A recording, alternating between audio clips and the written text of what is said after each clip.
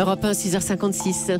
C'est le vrai faux de l'info de la matinale. Géraldine Vosner, bonjour. Bonjour Thomas. Ce matin, la charge contre le Qatar du garde des Sceaux. François Bayrou veut s'attaquer aux avantages fiscaux dont bénéficie le Qatar en France, des exonérations gênantes pour cet État accusé de collusion avec le terrorisme. Sous la responsabilité de Nicolas Sarkozy, la République française avait donné au Qatar un avantage fiscal incroyable sur les plus-values immobilières venant de ses investissements.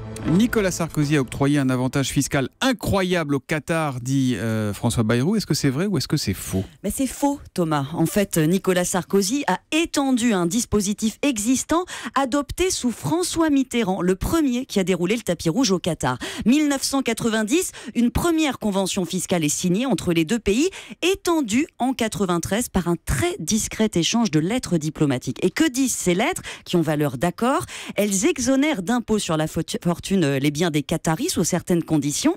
Et surtout, l'État du Qatar, sa banque centrale, ses institutions publiques ne paieront plus d'impôts sur les plus-values immobilières de biens qu'elles possèdent en France. Donc en ça clair, date de Mitterrand, tout ça. Absolument. Achetez, investissez, vous serez exonérés. À l'époque, les socialistes sont clairs et ils le disent dans les rapports qui accompagnent ces documents.